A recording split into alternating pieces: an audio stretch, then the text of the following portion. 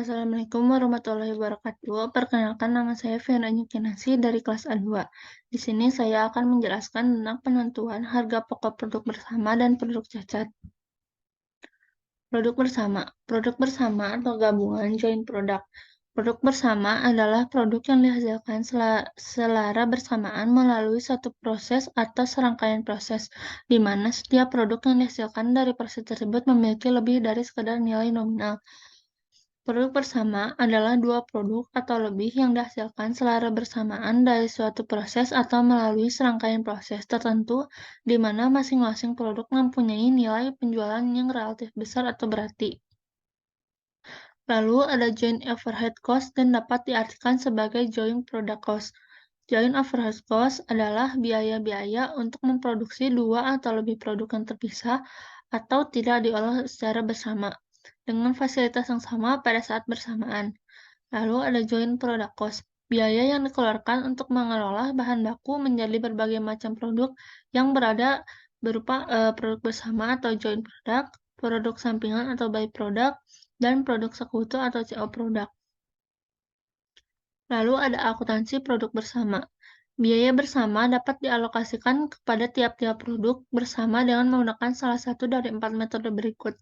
Yang pertama ada nilai jual relatif, yang kedua ada satuan fisik, yang ketiga ada rata-rata tertimbang, dan yang keempat ada rata-rata biaya per satuan. Di sini ada contoh soal rata-rata tertimbang. Soalnya, tentukan alokasi biaya bersama per satuan pada GN Nuga CO. Jika diketahui biaya bersama sebesar 8.500, dialokasikan dengan menggunakan metode biaya rata-rata tertimbang berdasarkan data berikut. Di sini datanya ada kode bersama, kuantitas, dan ada angka penimbang. Kode produknya ada AG1, AG2, AG3, dan AG4. Kuantitas dari AG1 ini 175. Angka penimbangnya ada 4. AG2 ini ada kuantitasnya 200 dan angka penimbangnya 3. Yang AG3 ada 225, angka penimbangnya 2. Ada AG4 250 dan angka penimbangnya 1. Lalu di sini cara mencari jumlah yang diproduksi di produksi X angka penimbang.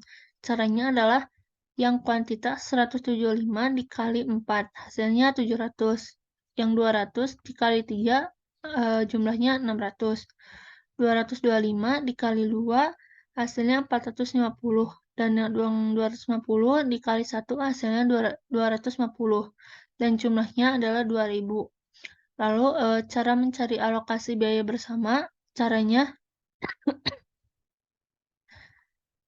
adalah 700 dikali 700 dibagi 2000 dikali yang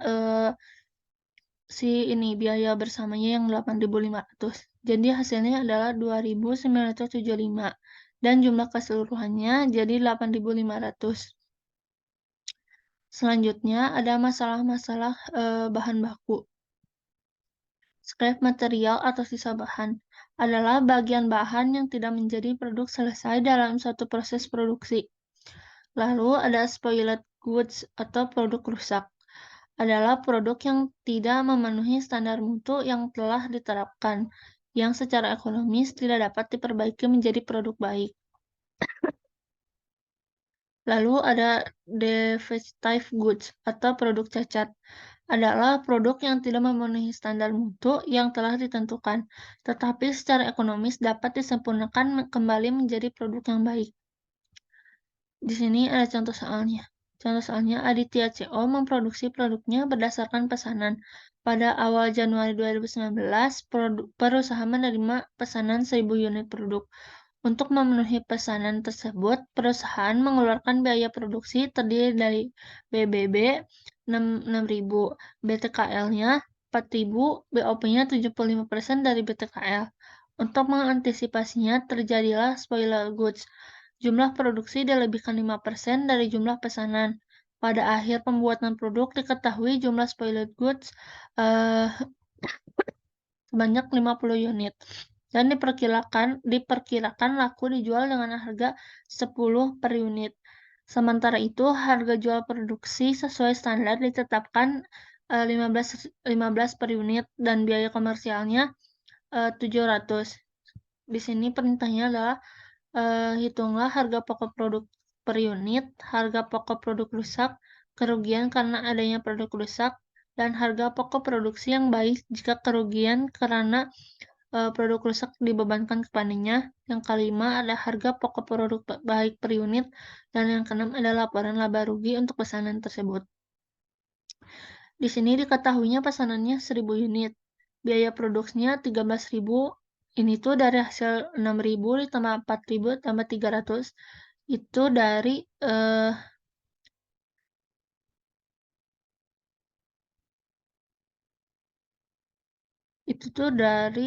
ini nih yang pesanan tersebut perusahaan mengeluarkan biaya produksinya terdiri dari BBB 6.000, BTKL-nya 4.000, dan BOP-nya 75% dari BTKL.